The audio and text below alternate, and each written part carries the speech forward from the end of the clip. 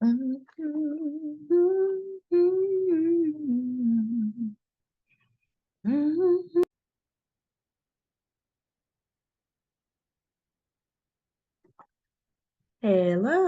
good morning.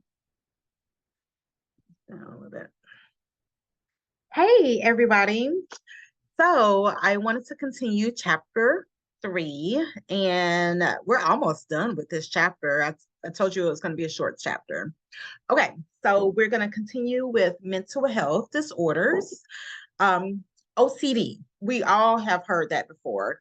Obsessive compulsive disorder. It's another anxiety disorder characterized by obsessive behavior or thoughts, which could cause a person to repeat a behavior or a routine. If you ever see, working at Gretchen Everhart, I see OCD a lot. If you ever see someone that has to have everything in a right spot, it has to look right. And if it doesn't, they'll stop everything and clean it up or make it look a certain way. Or if you ever see someone come in and they have to hit something 3 times or turn the switch on 3 times or 4 times or something, then they have obsessive compulsive disorder. PTSD, post-traumatic stress disorder, is an anxiety disorder caused by witnessing or experiencing a traumatic experience. We have people that have PTSD, like soldiers that are coming back from the war. It doesn't have to be to that extent. It might be a car accident. People have PTSD after they get into a car accident, and they don't want to drive for a long time, or abuse at home, and they have PTSD from that. It is traumatic to them. All right. Phobia is an irrational fear or anxiety about an object, place, or situation. Do you have any phobias, like any real life true phobias? I had this experience last night where there was this flying, those bugs that are attracted to light.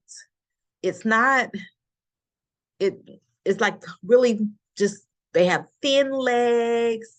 Their whole body is thin. I don't know. My son kept on saying that it was a moth. I'm like, it's not a moth. It's just something like super thin, and they just kind of float and fly.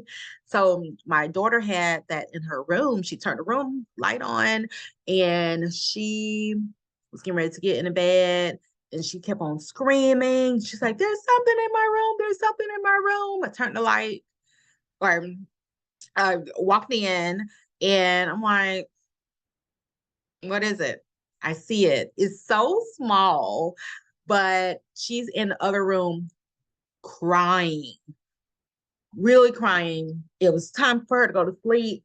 We killed it, reassured her that it was dead, put it in the trash can, and she's like, "No, I'm not going to sleep in there. I'm not going to sleep in there tonight." And like real tears. Granted, she's only 5, but guess who had a visitor in her bed last night? All night long, and she's not a good sleeper. I mean, she slept the whole time, but king size bed, me with my 5-year-old is not, it doesn't feel like a king size bed. It feels like a twin. Okay. So she has a phobia. She has a fear of bugs. Uh, claustrophobia, that's a fear of being in a confined space. Schizophrenia, that is a psychotic behavior that causes problems with thinking, communication, and the ability to manage emotions, make decisions, and understand reality. Um, people, most people get schizophrenia later on in life. They might have a uh, schizophrenia emergence um, crisis, like in college or in their 30s or 40s. It is something that kind of happens, and you're like, oh no, he was fine up until this day or up until this happened. Sometimes drugs will help to move that along too, where he got some really bad drugs, something was in it, and it messed with his brain. That really does happen. Hallucinations, it is a false or distorted sensory perception. So hallucinate, just think it is a sensory perception. So you're hearing different things, you're feeling different things, your senses, hear, feel, touch, smell, see. And then delusions is a false or persistent false belief. So you will have those residents that think that you're getting ready to kill them, or they won't eat the food because somebody put poison in it. That's a delusion. Okay. And they believe it. They believe it. Psychotherapy, they're just treating the mental health disorder. And cognitive behavioral therapy is a type of psychotherapy, but it is also treating the disorder, and trying to manage those self-thoughts, thinking, negative thinking, and behaviors. Okay, what do you do as a nursing assistant? You're going to observe the changes. You're going to always document and report. You're going to try to support. You're going to be patient. And you're going to remember that you're not taking anything seriously because they do have a true mental health disorder. Okay, and that is just what we said here. Intellectual disability and mental health disorders are not the same thing. Although they are different conditions, persons who have either condition need emotional support as well as care and treatments. And I know everybody listening will have both emotional support and wonderful care. All right, so now we're talking about death and dying. Terminal illness means that you have an illness that could eventually cause your death. Okay. I always think about terminal illnesses with cancer. Some cancers are curable, but that's still kind of unpredictable if you get chemotherapy and radiation. And then some, you catch at the end, and then it's a terminal illness. Grief is a deep distress or sorrow over a loss. And I'm sure everyone has grieved in some type of way. So this is some of the stages of dying. And the stages of dying is for both the resident and also the family members. So you don't have to go through all of these stages: denial, anger, bargaining, depression, and acceptance. If just think about your life and think about what you have went through. Did you have any of these stages? Did you have all of them? Were they in that order?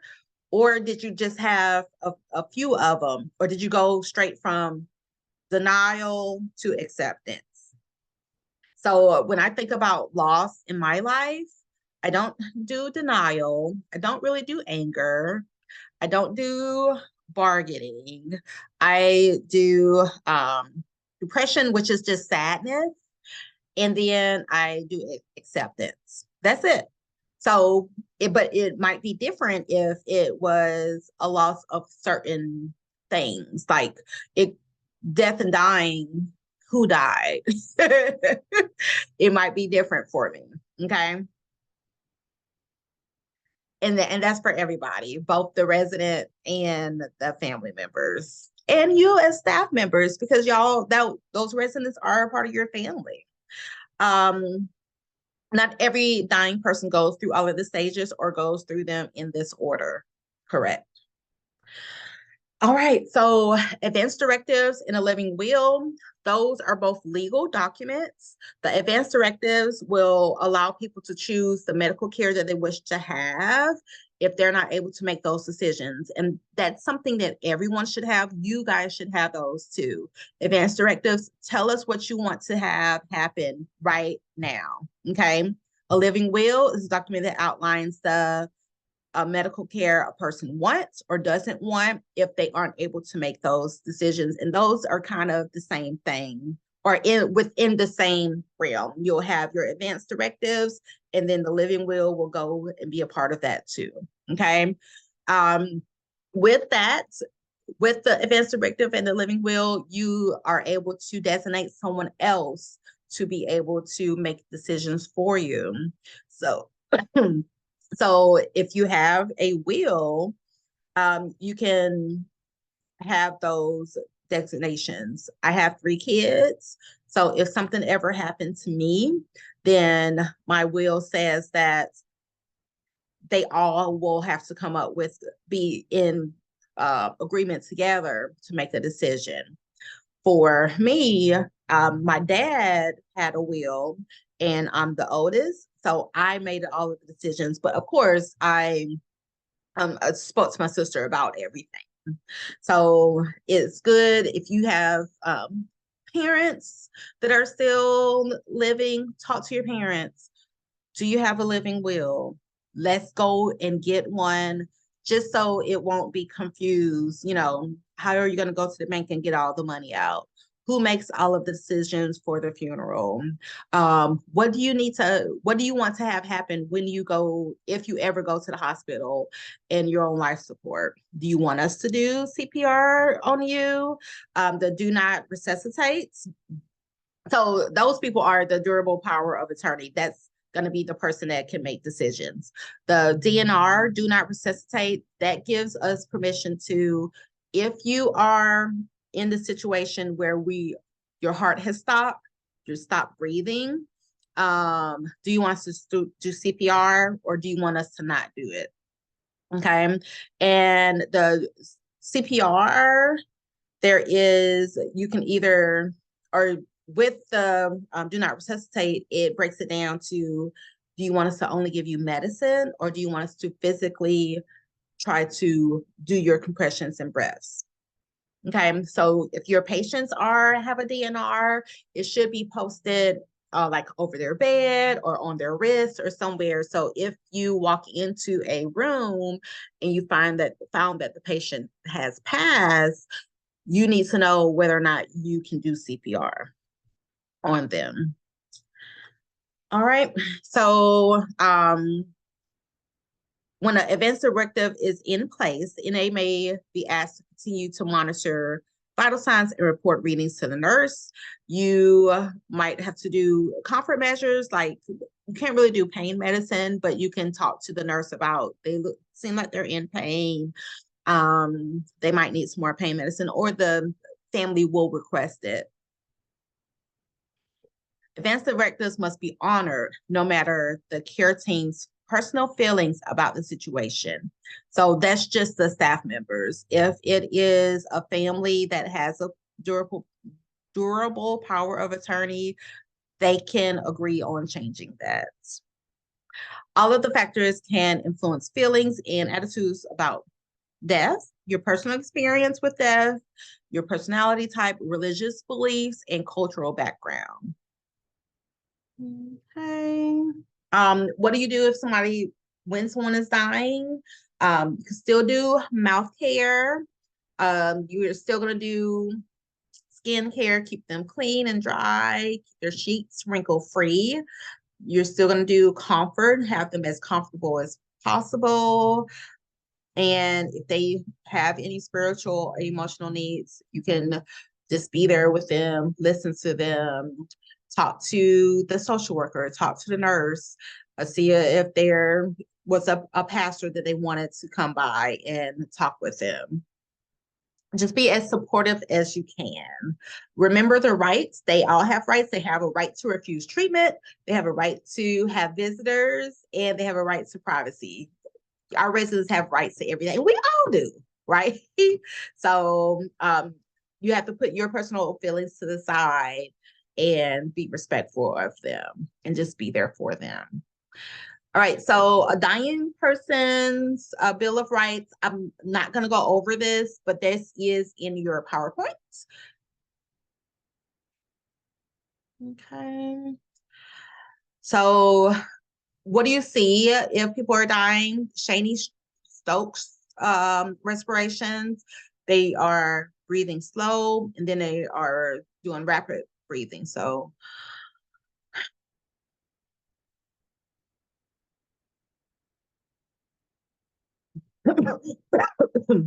not the coughing.